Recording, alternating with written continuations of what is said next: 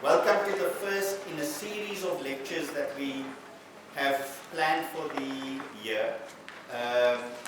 We want to do a series of lectures on the idea of university in Africa.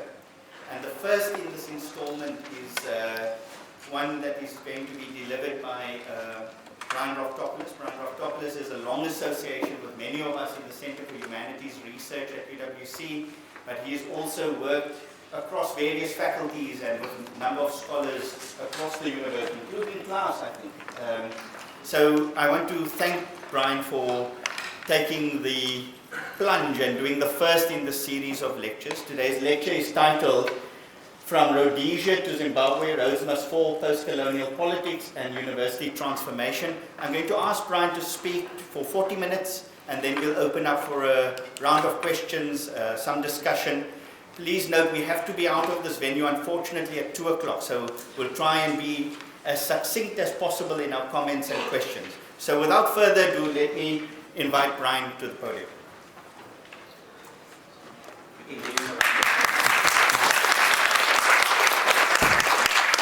Thank you, Pramesh, and thank you to you all for joining me in this discussion.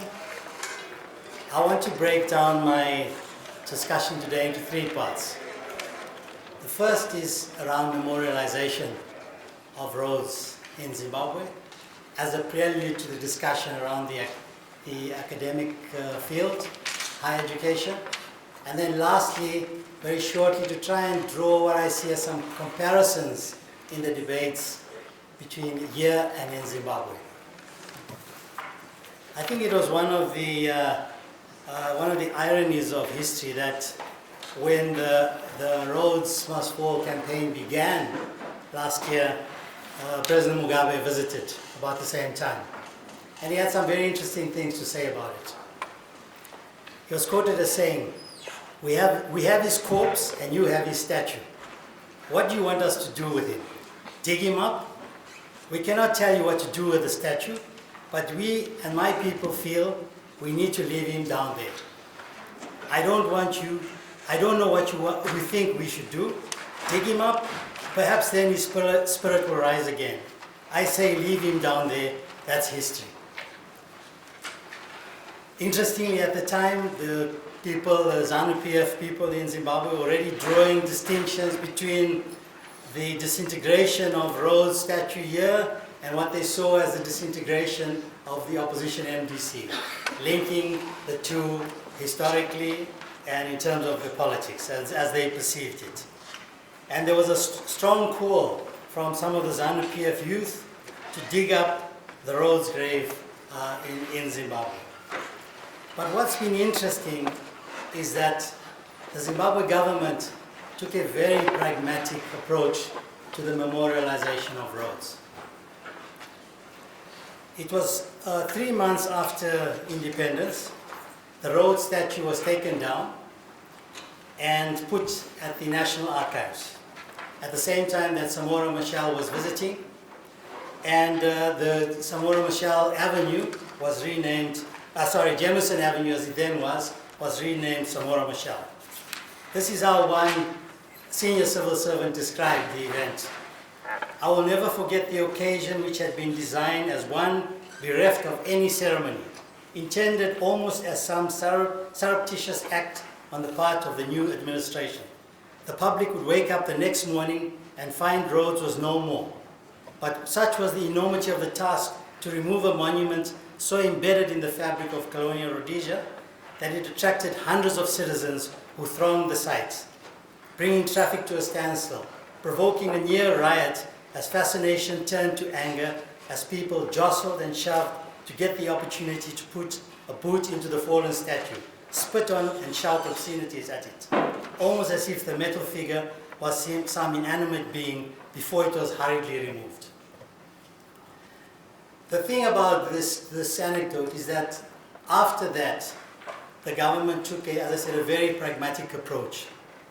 The Minister of Information declared that the government would order the removal of only those colonial statues and monuments which by their presence raised political controversy. Statues of missionaries, explorers, doctors such as David Livingstone would remain in place, Moreover, the minister said that the removed statues would not be destroyed, but moved to national galleries, archives, and museums. Rhodes' grave at Raftopoulos was left alone, despite calls from war veterans to remove it. Mugabe quipped that Rhodes was paying taxes from his grave and contributed to the much-needed foreign currency. In 2012, Mugabe once again blocked attempts by war veterans to exhume Rhodes. Interestingly, one scholar of memorialization in Zimbabwe says that almost all national monuments in the historical category belong to the colonial period. A quick inspection of the Zimbabwe National Monument Register shows that by typological classification, pioneer memorials dominate, and that most of the monuments were created during the Rhodesian period around 1960. This, I think, serves as a prelude to the way Zimbabwe handled, or ZANU-PF handled the 80s in a sense, the politics of reconciliation, and the idea of this kind of very pragmatic approach to the past, which dominated the politics of the 80s. And in a sense, it started the kind of manner in which the state dealt, or the politics of the university emerged. In 1980, we had, as you would expect, a racial imbalance both in the staff and in the students, and that the new vice chancellor took it upon himself to discuss, to negotiate a transformation within the university. And he did this through what was then known as Ordinance Number 25 on departmental governance. Prior to this, all departments were largely controlled by the professor in that department, who was at this stage mainly white. Under the new Ordinance Number 25, the governance structure changed. It set out the replacement of a head by a chairperson who would be appointed by the Vice Chancellor after consulting members of the department and the Dean. The chair would hold office for 3 years, renewable. The chair would represent the Department of Senate and other relevant committees, and the establishment of a board which would be the forum for the consideration and discussion of departmental affairs. The new Vice Chancellor, Walter Kamba, put this largely through consultations with existing heads to avoid lawsuits. The major problem areas at the time were the faculties of medicine and engineering, where there was very strong white control. But because of the force of the changes taking place outside of the university, he managed to negotiate largely a transformation of staff. So within the first decade of the university, the complexion of the university staff and pupils had changed considerably. I think the Africanization of the staff was accomplished by a number of initiatives. The first was the flood of returning academics, particularly in the social studies and arts faculties. Shortages remain in faculties of science, medicine, and engineering. The second was expatriate recruitment drive in areas of shortage. Thirdly, while non-Zimbabweans would be appointed on short-term contracts, only qualified Zimbabweans could be appointed on permanent pensionable tenured appointments. Fifth, there were staff development schemes funded by the US and the British government. And so, largely through these kind of initiatives, the staff component of the University of Zimbabwe, the complexion of it changed fairly rapidly. It was much easier to do because we only had one university at the time, and given the large number of Zimbabwe academics who was available, this was not such a serious problem. It also has to be said that at this stage, many of the academics, as Paul Zeleza has described other countries, were as intoxicated as the nationalist leaders by the totalizing dreams of nation building and development, and contributed, deliberately or not, to the construction of an authoritarian ideological edifice that would later consume them. I think this was definitely true of Zimbabwe in the 80s. where you had a very strong nationalist commitment, developmentalist commitment, people in a sense giving the benefit of the doubt to the new government, to the new state, and so there was a very strong, in a sense of nationalism. On the curricular side, the changes were less significant, I think. There was new departments that were introduced. That in the health sector, a faculty of vet science was opened. New departments in nursing science, rural and urban planning, mining engineering, metallurgy, and surveying. In the arts, you had introduction to a greater scope, for example, of African literature in English departments. An economic history department which discussed Africa more generally. However, there was less discussion around theory and history. It was much more empirical additions, if you like, to the curriculum. Interestingly, though, in 1987 there was a discussion on decolonization in Zimbabwe, held, organized by the Departments of Law, Economics, Political and Administrative Studies. And the conference was called Intellectuals, the State and Imperialism, Towards Intellectual Decolonization. One of the key public intellectuals in Zimbabwe at the time set out how he constructed this particular issue. In his words, the radical third world is in many respects essentially an outgrowth of radical Western scholarship. They are the products of the Western system of education, from whose institutions at home and abroad they have gained access to the intellectual class, on whose authentication they will have made careers and earned the label progressive on the basis of criteria carefully selected and applied by the gurus of radical Northern Hemisphere. He went on to say, in terms of the relationship between the third world and progressive Western scholars, that he says it has less to do with the question of intellectual and ideological paradigm than with the quest of third world scholars, particularly African scholars, to gain independence from the hegemony of progressive Western scholars. So the interesting point here is that at the time, decolonization here is much more about representation and control of institutions than epistemological questions. That is the emphasis here for what a decolonization debate in Zimbabwe was. Representation and control of institutions.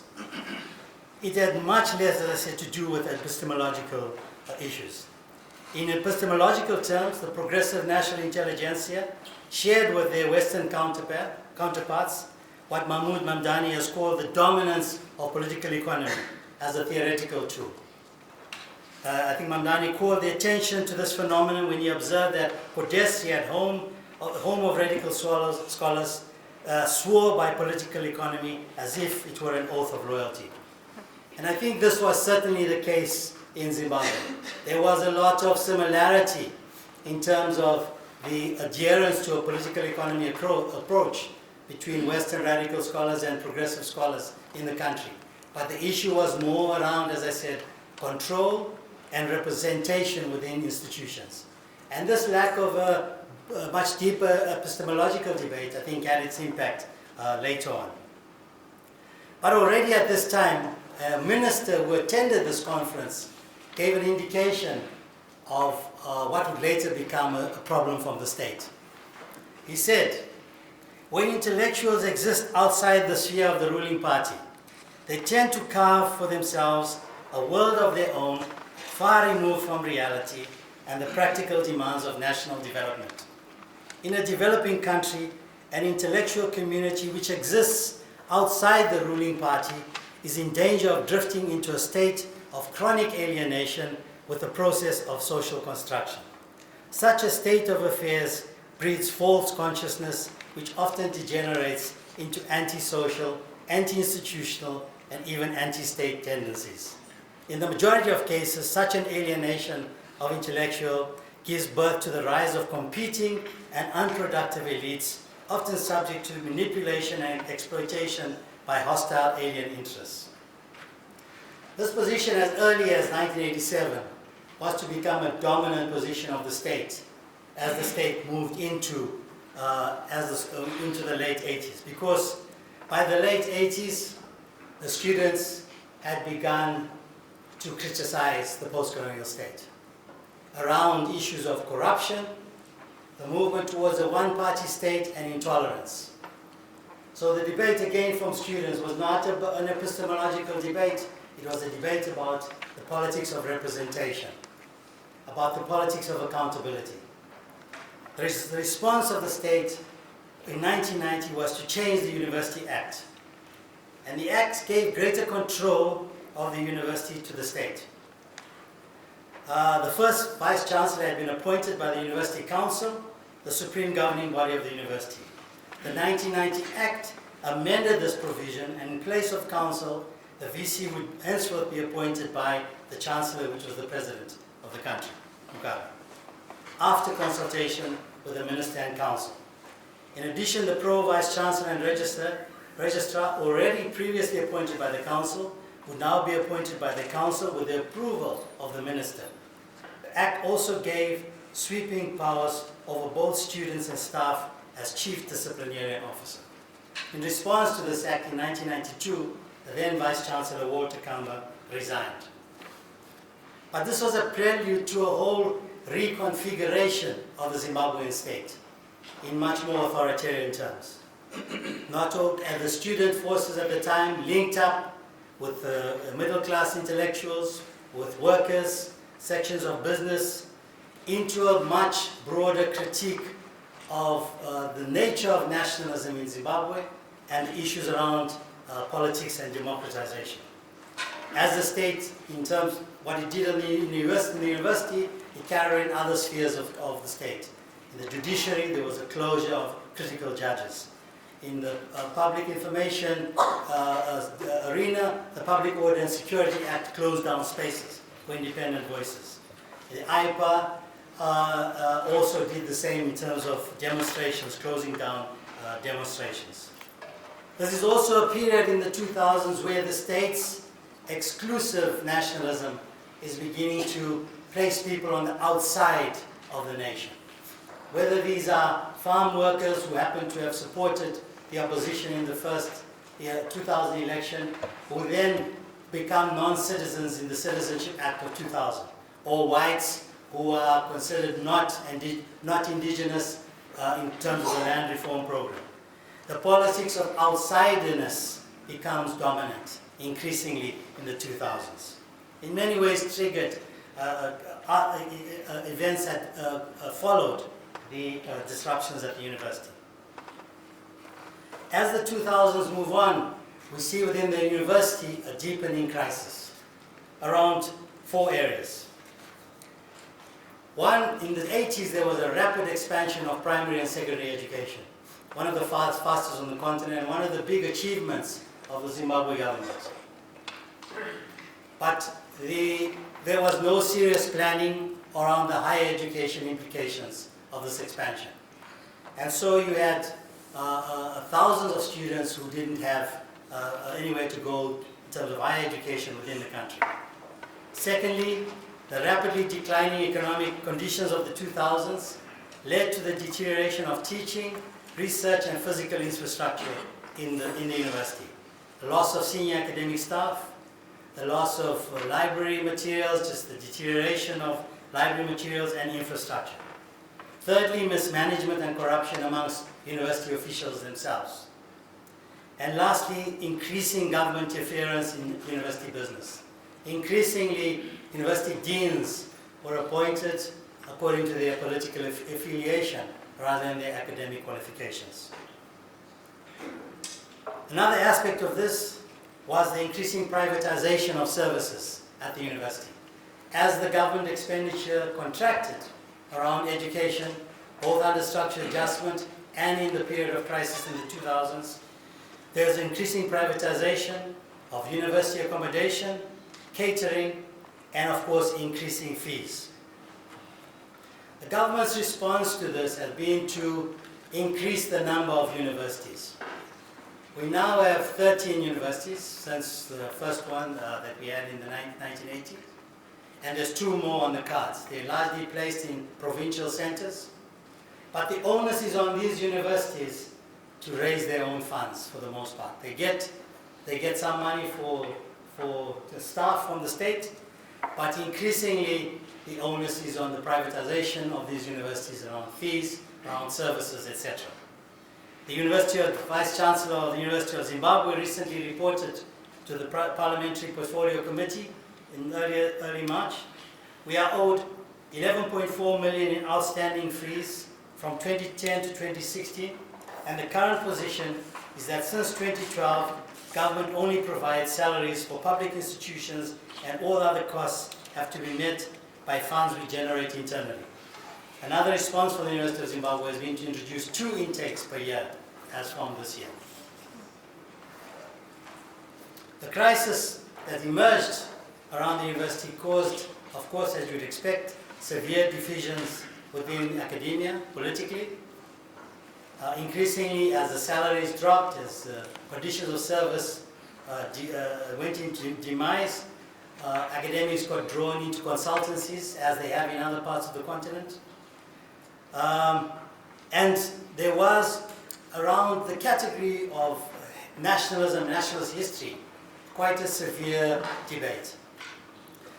In the public sphere, the government introduced what Terence Ranger called a patriotic history. In it, it wasn't a subject that was taught at schools, but it was dominant in the media and really in all aspects of the public sphere. This patriotic history was really about a selective nationalism of identity. Who belonged and who did not belong to the nation. It was about placing groups outside of the nation if they were opposed to the state, if they were opposed to the ruling party. And this dominance of this particular kind of narrative, of course, had its effect on the kind of debates that took place, on the divisions within the university, and even had its effect on the teaching of history in schools. Because even though the narrow history which was narrated in the public was not put into, in that form in the school history books, teachers in secondary schools, if they had an option, chose not to teach Zimbabwean post-colonial history because of its politicization. So that increasingly the teaching of history in the schools has not dealt with the post-colonial period and deals mainly with the pre-colonial up to the early colonial period because of the fear of teaching a history which might be critical of this patriotic history. So we've seen this kind of move from the 80s, kind of the kind of pragmatism which continues around the Rhodes Memorial and the memorialization of the colonial. This post-colonial state has built its own memorials, particularly around the national heroes. But on the whole, there's been a tolerance around this memorialization. But on the educational, political side, there's been a much greater sense of control and an authoritarian response. If I look now at the debates that are going on here, and I try to see what are the differences and what are the similarities, some points immediately come to mind. One, of course, is that it was much easier to carry out these changes in Zimbabwe because we only had one university. And we had a very strong reservoir of academics, black academics coming in. So that problem was fairly easy to deal with. And that dealt with the kind of quicker changes in staff composition. However, as the universities have grown in number, the fiscal challenges that are faced here, we see also in Zimbabwe. And the privatization that has taken place within these universities, we see that as well. The other thing is that when the students and when the universities, in a sense, started to critique the state, it wasn't around epistemological issues of the decolonial as you're seeing here, however it's termed in this context.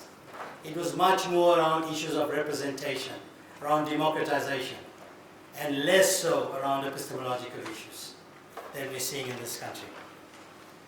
I think here the epistemological debate has a great deal to do with the fact that the the idea of the rainbow nation, the legacy of the 1980s UTF politics has gone into demise.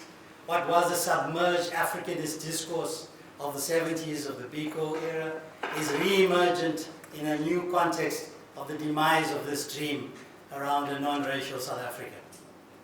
And often, I think it's come back in a much more vehement form, and I think needs to be problematized much more carefully. In Zimbabwe, this re-emergence, I think, doesn't come forth in the 1980s because the state itself is the source of this vehement nationalism. So the problem is to critique the nationalism within the state. It's not that there's no nationalism. So you don't have the energies coming out from outside of the state for this revived Africanism, because it's there in the state and in the state discourse itself. And the challenge, therefore, has been to problematize that nationalism in Zimbabwe. And certainly that's been the case, that the discussions have been about generally an acceptance of the potential progressive aspects of nationalism, but how do you problematize the nationalism of the state? How do you make it more plural? How do you make it more open? And that's been the debate that took place in Zimbabwe. So the kind of epistemological issues that are emerging here were not the issues that were emerged in Zimbabwe. And that's an important difference and an important comparison. The other thing is the student politics and political parties. As you would expect, as you see in this country, political parties are playing their role in the student party, in the student politics. It's become a terrain of contestation for political parties and the vision of political parties. You saw a similar thing in Zimbabwe. Although by the 1980s, much of the student movement was moving towards the opposition because of the increasing problems of affordability, problems of corruption, the problem with the movement towards a one-party state. And so for a very long time, the student congealed around a particular opposition. Here it's much less clear. I think it's a much more contested terrain within the students and within the political parties. The final thing is the role of the state. In Zimbabwe, the crisis of the university, the crisis of legitimacy led to an increasing role of the state within higher education, an increasing control with huge problems around appointments, around a sense, a fear of discussion, around the sense that the state was attempting to control many aspects of higher education. At this point, here it still remains an open question. The danger is that there might be a sense of even some people in academia wanting the state to come in because of an inability to control what they see as the disruptive forces of the students. And that's a real danger. And I think you need to be very wary of the role that the state can and must play. Zimbabwe is a case that you don't want. You don't want that kind of control where the president and the state has so much control over the appointments of vice chancellors and the implications for the appointments of deans. And as you go along, the increasing politicization increases. I think that's a debate that you need to be very careful of here. Let me just begin to wrap up now. I think that higher education is one of the catalysts of change and the catalyst of what can be in post-colonial states. It's the area of new visions.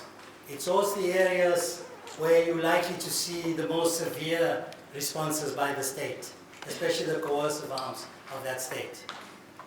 It's very important that you problematize the questions that you raise, epistemologically, politically, around governance within universities, because these are due to have long-term implications for the kind of institutions that you're going to have in this country. We know the language of standards, high standards, has often been used to protect the privileged. We know that, especially in post-settler states. However, it's important that the language of justice be used to not only gain new ground within the universities, but also to ensure that a certain kind of nationalism doesn't emerge, which produces a new series of outsiders within your state, within your country, within your universities. That this language of justice has to be an inclusive one, and has to be a tolerant one. And I think that lesson, certainly from Zimbabwe, amongst the many other lessons we can learn from Zimbabwe, and one that I'd like to leave with you today. Thank you very much.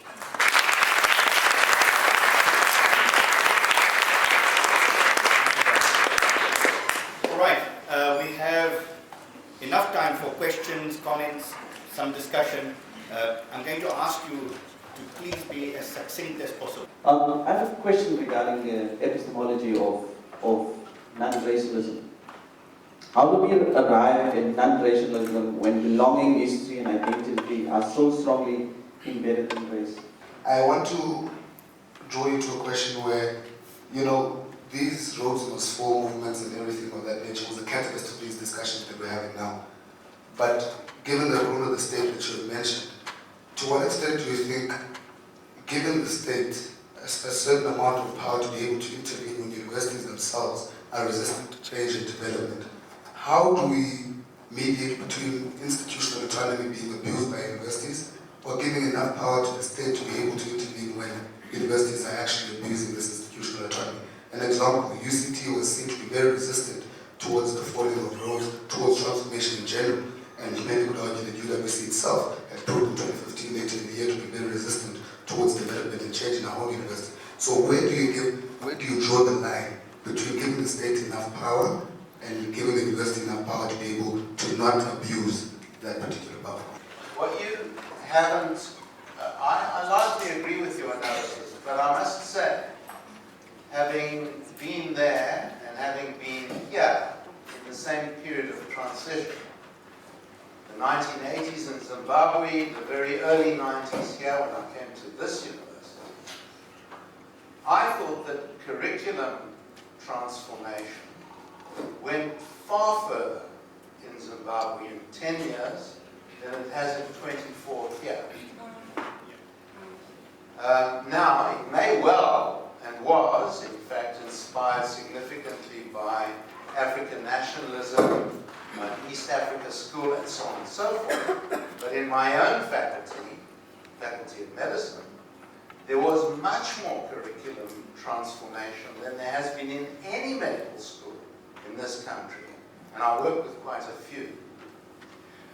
So it seems to me that notwithstanding conservatism and authoritarianism, which eventually made me leave that university, and the racism, actually, there were big advances. And I would say, something maybe I came a little bit late to the lecture, I would say one of the key factors, at least in the 80s, was that there was still popular mobilization on the ground, which here had been defeated by the late 1980s. So for me, I think that's a big difference, that the transition in Zimbabwe came amidst, well, massive class conflict on the ground. It's true, it was contained, it was subverted, and so on. But I believe it still had some impact, particularly in the kind of developmentalist approach that was taken. Yeah, in this country we talk about a developmental state. I'm still looking for it. I don't see any developmental initiatives going on. It's all imported neoliberal stuff which finds its way into every single sector's plan. And I think there was more resistance to that. Maybe it was born of nationalism, but in some ways, for the first 10 years anyway, it was much more progressive. I'd like your comment. Sure. I think in the humanities and the social sciences, the epistemological debate was much less intense. There was additions to the curriculum, rather than a much more intense epistemological debate about how do you study Africa. What does it mean in terms of the kind of theoretical tools that you're using? I would say that was much less apparent in the social sciences. But certainly I will agree with you, the expansion in the sciences, in the vets, in the community health at the university was extensive. I'm not so sure I agree with you on the mobilization. I think certainly the trade unions in the early 2000s were amongst the most active. But as you know, that was very quickly brought to a halt. By 83, 84, it was over. So that for much of the 80s, what you had was a complementarity of what was there of civil society with the state, within an agreed developmentalism, and a broadly agreeable idea of nationalism, but also because people didn't know what was going on in Matabeleland, and the dissent that was it, and the kind of repression that was already emerging. So I think that whatever mobilization was there was very quickly brought under control. And I think it only re-emerged by the late 1990s, after a great deal of struggle and effort. To Jacob's very difficult question, it's not an easy question. I think that you, in a sense, you have to go through the modalities, through the lived realities of race to reach a new understanding of what non-racialism will be.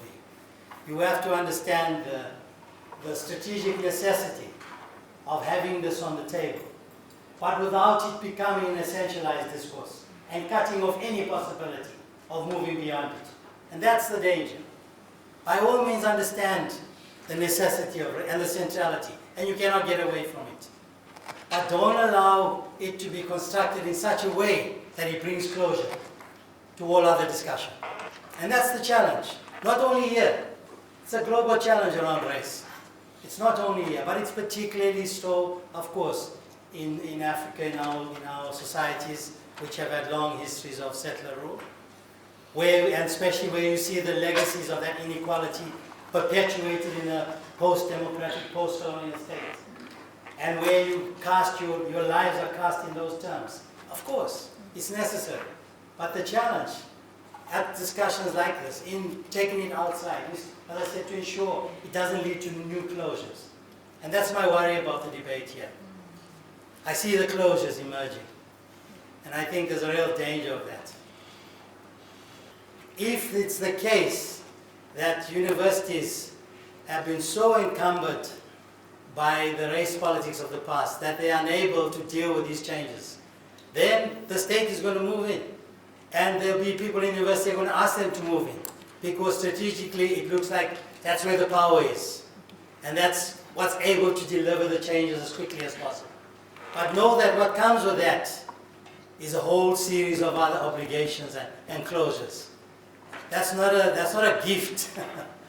That's an obligation that comes with a whole other series of necessities. And so it's a decision that people have to make in universities. How do you deal with that balance? I think the stronger you are in terms of your own internal governance structures, the better able you are to respond to the impositions of the state. The stronger you're able to develop a collective vision and to bring those differences within a debate that can lead to new possibilities, the more able you are. But of course, there's also the question of the finance. And that's where the state is always so important. But it's about the state, getting the state to understand that giving those finances doesn't entitle it to kind of micro-controls that we see, and the kind of closures of space that we see in other parts of the continent, everywhere else on the continent, where we've seen this happen. You raise a concern of us actually focusing on race specifically, and then we get to a job basically, because of how we actually went about this as students. Right now I'm seeing lecturers from the law faculty, from social sciences, and also from politics department. And I'm also seeing a lot of members of the FMF movement from UWC. My question is rather towards the lecturers, that when they actually supported us when we started with the movement, It's as if they're there, but then there were conditions. And then with those conditions now, we had to make a decision as students to cut them off somehow. Not that they weren't really there either. So now how do we bridge the gap here? Because now we're all university students here, and also now our lecturers are all learned people here, that we could actually help in shaping the way forward in terms of like our movement and where we want to see this country going. How do we bridge the gap with our lecturers who, some of them now we've actually gone to a point of calling them liberals, especially our black lecturers who we actually expected to be the first to jump on the ship, you know. So now they're not here. And now they're busy calling us and whatever, they're writing their own articles on the side, and yet they're not here to actually assist us and actually shape the way forward. I believe we've had platforms where we could actually engage on these things, but even in the classrooms, we don't actually allow these platforms to, you know, take place and ask for us to actually engage, because everyone is just focusing on what's happening today. We need to just finish the semester, but there's something bigger happening. And you know, as much as we're focusing on race and whatever, but we should also be careful of what's happening outside our institutions in terms of like the military force. Why is South Africa actually buying these big jets that are going to why are they investing in the nuclear deal? And then you go and follow what's happening in America. If you start to compare those things, we are in danger. And if you're going to sleep now in these lecture halls of ours and with teachers and students, and you keep on silencing, lecturers need to understand how it lies with you right now. If we're talking about shut down a campus, yes, we must understand why we're shutting down a campus and why we're doing this, but at the same time, we need to wake up. We need to wake up. So for me, I would like to hear from the lecturers. How do we move forward together with our lecturers? Because really our lecturers don't know us. Brian, I wanted to ask you a quick question, and if you can draw some comparison between the discourse, the third force discourse in Zimbabwe, and the ways in which it has been used here in this context. And then, as we know, it has been quite strong in sort of circulating around the student movement. The third force, did you say? Yeah. And I mean, just to answer, I hope we are here to talk. So I think that's one forum we do have, I think. And let's also open up other forums in the classes, wherever we do work, to not just do the business of the day, but to change. Someone once said the duty of an intellectual is to speak truth to power. And an intellectual that does not live up to this duty is not worthy of this name of being an intellectual. And I think that, you know, the Fees Must Fall movement here at UWC has rendered our intellectuals to be sort of castrated intellectuals, you know, intellectuals who are not living up to their duty, which is to speak truth to the management of this institution. For more than 20 years, our parents have been working here and in 2.7. And when we as the students got into the struggle, the lecturers, the professors, what they did was to join power, was to collide with the power of this institution. Because there is no way that you can say you are neutral in an oppressor-oppressed situation. So their silence, when we interpret it correctly and revolutionary, it is a silence that joins the powers that be of this particular institution. I'm not making this up. I think an hour or so ago, a work has been shot at this institution as we speak. And the lecturers have been silent, and they will continue to be silent.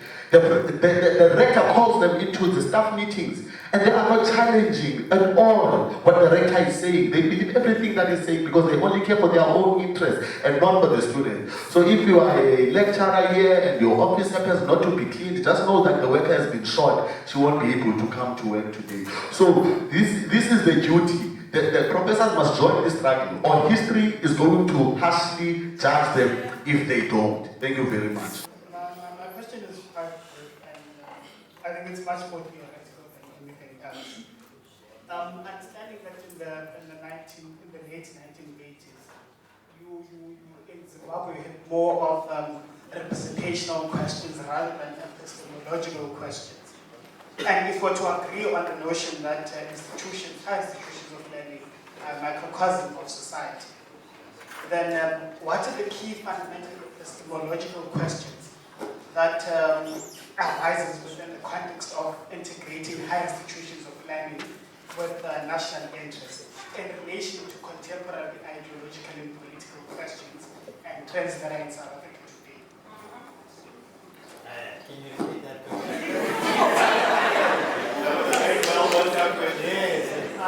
Well, basically what I'm asking is what are the key epistemological questions that arises today within the context of integrating high institutions of learning to national interests in relation to contemporary ideological and political questions and trends that are in South Africa today? In relation to the demands of the state at the moment, I think this state is itself in a kind of transition, in a kind of facing a serious legitimacy crisis, facing a crisis of the expectations of what it promised to deliver, and is itself unsure what to do. The uncertainties that you see in appointments at high level, there's almost schizophrenic responses to crisis, are themselves an uncertainty. And it's an uncertainty about what kind of state this is. The South African situation, there's always been arguments about the exceptionalism of South Africa. That's one thing. I distinguish between exceptionalism and particularity. There's a particularity about South Africa's history and politics, which doesn't occur elsewhere. It doesn't mean it's exceptional, but there is a particularity about the kind of nationalism that emerges. One of the problems I said to you earlier was what I see is a resurgence of a current of nationalism which was submerged in the 70s, the Biko legacy, under the UDF and non-racialism. So that issue just doesn't get discussed. And the implications of that is what emerges as the left here in the 80s often don't deal with race as an epistemological issue. The progressive, revisionist, Marxist of the 70s simply eluded a discussion with race as a dominant issue. So that even when the transition takes place here in the 80s, that same left is caught unawares, because they have a certain perception of what the state should be doing, rather than what the actualities of transition are within post-colonial states. And then you have a move away from any direct discussion with race into other areas of intellectual inquiry. So that when it now comes back, it comes back from those who face the lived realities of race on a daily basis. And it comes back in this guttural, vehement form of life and pain and ideas of identity. And the state is caught between its needs to deal with that broad nationalist, race-based identity issues, but also its own legacies, complicated legacies around non-racialism, and its own legacies of a developmental state within a neoliberal agenda and being torn in all kinds of different directions. I think the South African state is one of the most confused states I've ever come across. In terms of what it wants to do. In terms of what it wants to do. Because it has so many elements to its construction, historically and in the current context. It's had a transition unlike no other in terms of the complexities that it has had to face. So I think the question you answered is not an easy question. It's tied up with analyzing what the nature of the state is now and what the challenges of the state face. I think that's also where the debate must come on this question of the students. It's not only the lecturers that you must be asking these questions of. You must ask this of the state. What is it that the state is able to do? What are its priorities for the higher education, for the students? Because those questions are not being sufficiently asked. The lecturers, look, I understand the frustrations. Lecturers have all kinds of different persuasions and opinions. But they themselves are in very vulnerable positions. And they have to face all kinds of their own ambiguities around this particular issue. So I think, I'm not trying to dismiss the discussion. I'm only saying to you, it has many layers. And it's these layers that have to be dealt with. Sorry if that was a bit extrapolated. The intellectual castration, my friend, he left very quickly after that Paul statement. The third force discourse. I think I talked a bit about it in my presentation. There's no doubt about it that political parties are playing this issue. There's no doubt. That's what political parties do. They look for agendas, they look for potential supporters and audiences. And that's also crafting the way in which the questions are being raised, including the epistemological questions. And sometimes narrowing those discussions into political programs. That's where you have to make a distinction between the broader epistemological programs and those which are being attended to by political parties. They are not the same. They are not the same. And in these kind of discussions, you have to delineate and lay the line of where you think the narrowness is and where the possibilities for a broader discussion are. Can I ask a quick question? Sure. What would the possibilities have been if in '94 we had undertaken to negotiate a new contract between the university and the state, and the university and its publics? Because in some sense what we're dealing with here is the failure of that contract to be renewed. So that what you have are these universities that are deeply entrenched in a discourse of race. This university was set up and established specifically as a racially designated university. So it wasn't simply a question of instituting a political program along the lines of non-racialism. Jay Sterman and others at this university in the 80s broke the Apartheid Act. And there were huge debates in this university about curriculum.